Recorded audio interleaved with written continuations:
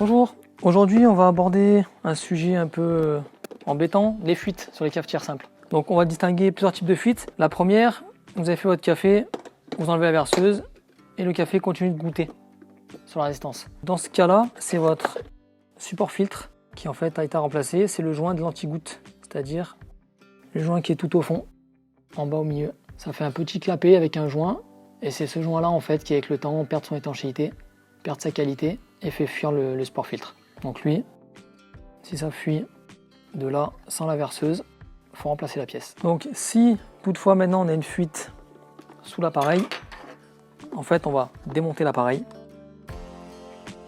et on va les contrôler dessous. Donc on a plusieurs cas. Donc le cas qu'on rencontre principalement, c'est une résistance qui est très entartrée, voire bouchée, et on a un des tubes qui sort de son logement complètement, un des tubes qui sort. Donc dans ce cas-là, si le tube est sorti, ce que je conseille de faire, c'est d'enlever le deuxième, de souffler à travers pour voir si celle-ci n'est pas bouchée. Majoritairement, c'est le cas qu'on retrouve avec l'entartrement, comme j'ai dit.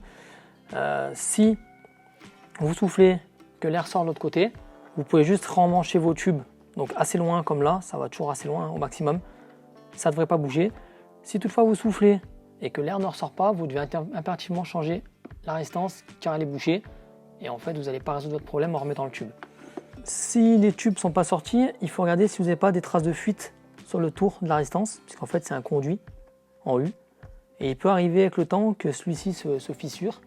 Et avec la chauffe, le matériau se dilate, la fissure s'ouvre et l'eau passe à travers.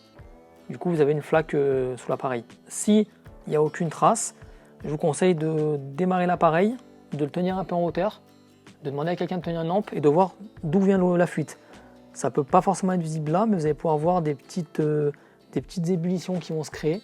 Et effectivement, ça sera une fuite d'eau qui sera en cours, donc qui va partir en vapeur, recondenser dans le socle et couler sous l'appareil. Si ce n'est pas le cas, il faudra aller voir au bout des tubes, donc qui se fixent dans le corps. Et il se peut que la fuite vienne de là, de ces fixations à l'intérieur de l'appareil. Et dans ce cas-là, il faut changer le corps. Et en ayant fait tous ces contrôles, vous allez arriver à déterminer d'où vient votre fuite et procéder à la réparation de votre appareil.